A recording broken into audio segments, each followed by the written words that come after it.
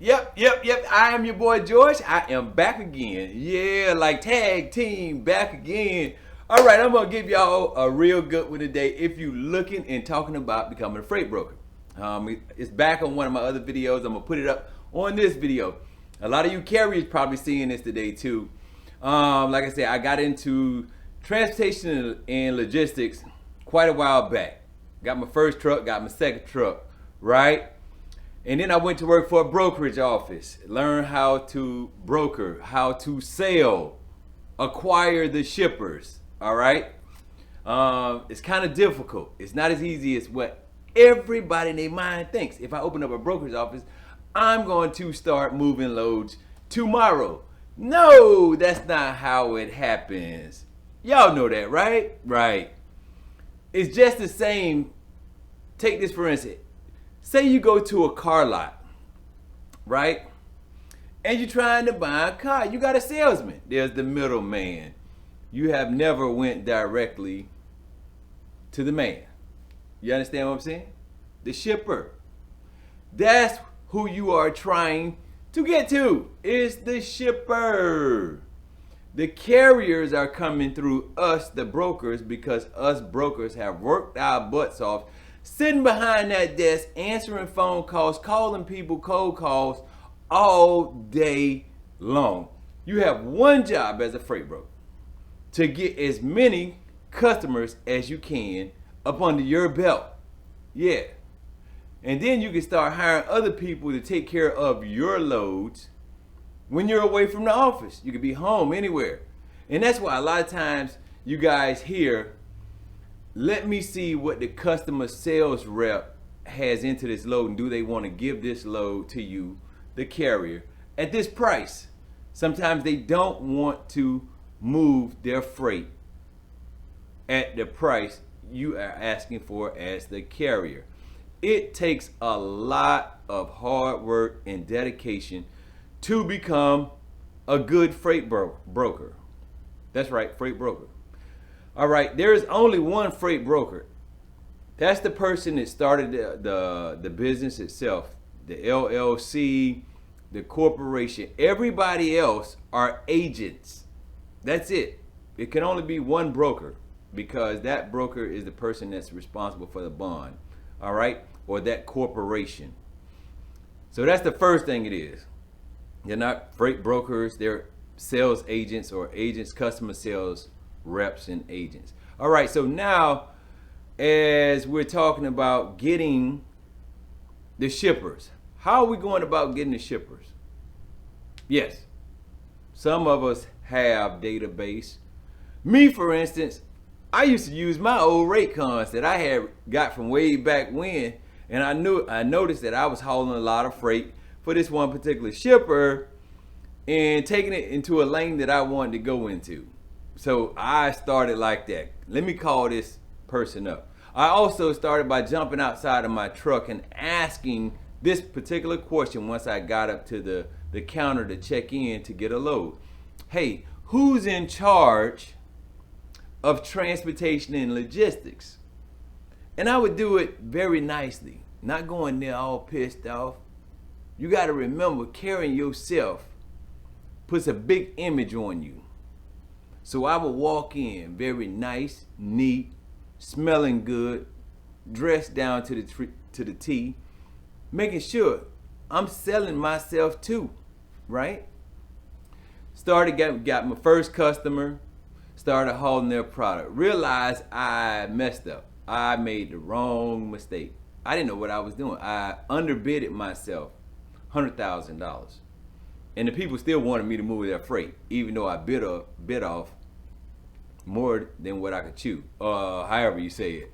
But I was going in the hole, and I had to stop with this particular customer and tell him, I just can't move your freight anymore. It's too cheap. Your freight is too cheap, and I don't want it. I can't move it. It's too hard to move. Yes. So a lot of brokers, we all participate every 6 months, sometimes once a year, with certain shippers. These shippers send us an invite, and it's very hard to get on their list to be invited. you got to have the proper insurance. Automobile liability, some of them want you to have up to $5 million worth of cargo, excess liability, you name it, they might ask for it. But anyway, these shippers will send us a list and they'll say, hey, we want you guys to bid on 500 lanes. We got 200 lanes coming out of Atlanta, Georgia. We got 300 lanes coming out of Cincinnati, Ohio, or Columbus, Ohio, and they go everywhere. I'm not the only person that received the bid. You got to remember, C.H. Robinson, Swift, J.B. Hunt, all these carriers, they received those bids also and request for quotes and pricing. We might go through that on a round one. In each one, when they come back at the end of the week or end of the month, they tell us where we fit in a category with the rest of the brokers. It's a game that they play to get and reduce costs by having us brokers fight each other to win lanes. So that's why you see certain brokers have certain lanes for a certain price all the time, and they never change that price. I don't care who you are. It's because that's what they bidded on. The shipper has gave them the lane at that particular rate, and that's all they can move it for. Now, sometimes they will take a loss if they need it moved. If that shipper says, I need this freight off my dock today, you might see that load go from being $1,500 to $2,000 in the blink of an eye. Right now, at this time of day and year, which is 2023, freight is very scarce. But we are also in the process of bidding on new freight and new freight lanes. You'll begin to see those lanes coming out if you're a carrier within the next probably 30, 40 days. So now that we have discussed the shipper, the carrier, and the receivers, how do you end up making a ton of money? Well, you got to have great shippers. You need to move a whole lot of product. Our baseline for making money is somewhere between 12 and 20% off of every single load.